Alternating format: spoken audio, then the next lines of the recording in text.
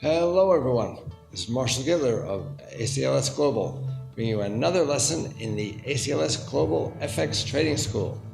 In our last series of videos, I described scalping, which is an extremely short-term kind of trading aimed at making frequent, small gains.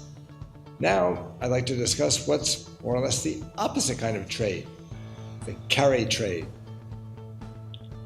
A carry trade is the purchase of an asset that pays a high interest rate, financed by borrowing money at a lower interest rate. In currencies, it means buying a high-yielding currency against a low-yielding currency. Carry trades are the opposite of scalping because while scalping is aimed at frequent, small gains, often using technical analysis, a carry trade is usually a longer-term position aimed at profiting from the fundamental differences between two or more currencies. Let's back up a bit though and discuss what carry is. The cost of carry, or just carry, is what you pay to buy and hold an asset with borrowed money. You are in effect carrying the asset through time. For example, when you buy a house, usually you take out a mortgage.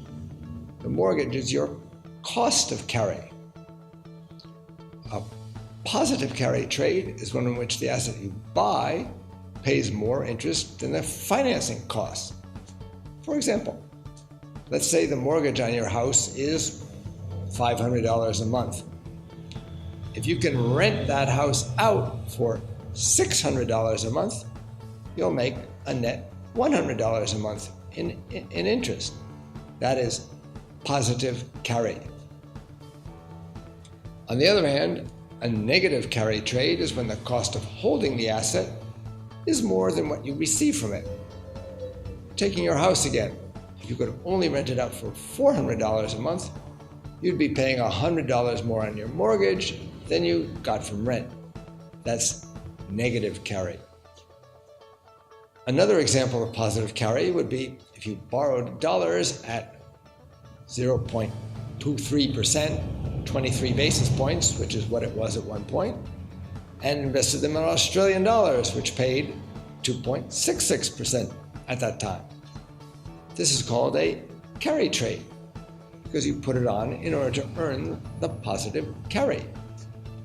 Now, assuming that the Australian dollar-US dollar exchange rate doesn't change for a whole year, you would make 2.43% using someone else's money. Of course, the key here is the phrase, assuming that the Aussie-US rate doesn't change. If the Australian dollar weakens against the US dollar by more than 2.4%, then you would lose money. But if the Australian dollar appreciates against the US dollar, then you'd make even more.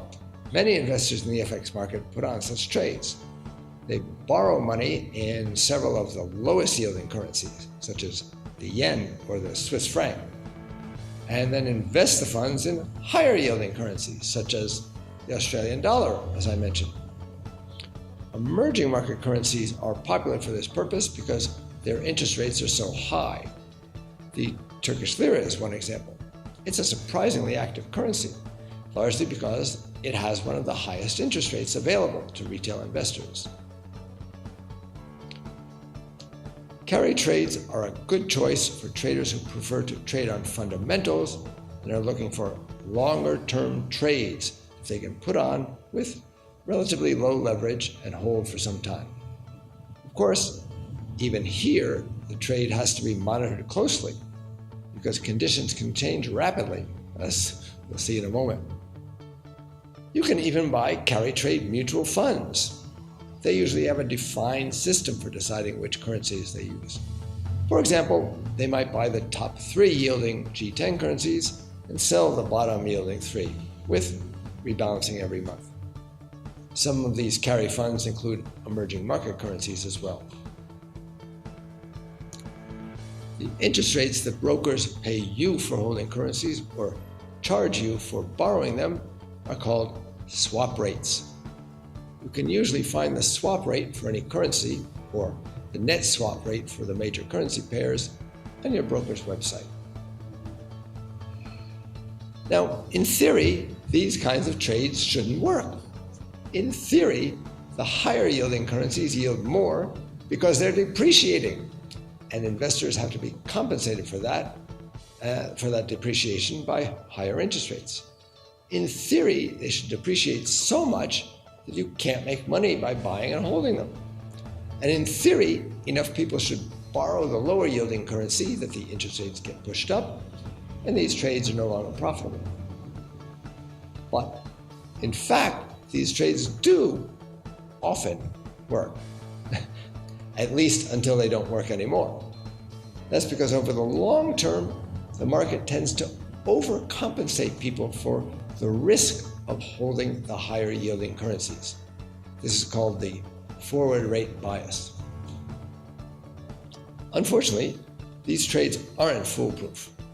What often happens is that when there's a sudden shock and risk aversion sets in, people rush to unwind the trades. Investors all try to sell the currency they were holding, and its price collapses.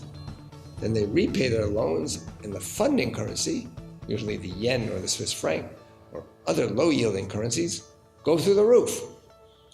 Investors who've been making a few basis points a month suddenly lose everything in a couple of days. That's why these trades are called picking up nickels in front of a steamroller. A nickel is 5 US cents, not very much money. The most famous instance of carry trade unwind was in 1998. One of the favorite carry trades then was to buy high-yielding Russian bonds and finance them by borrowing yen, which could be borrowed for almost nothing, maybe even negative. As investors borrowed yen and sold it to buy Russian rubles, dollar-yen rose. In other words, the yen weakened from 123 in mid-February 1988 to 147 in early August, as people put this trade on. Unfortunately, on August 17, 1998, the Russian government devalued the ruble and defaulted on its bonds.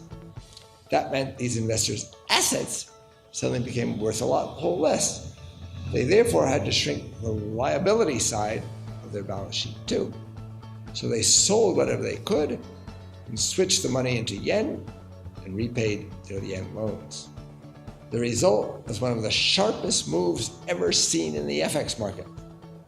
Dollar yen fell by 33 yen, not 33 pips, 33 yen in the 2 months from early August to mid-October, including a mind-boggling 20 yen collapse in 1 week.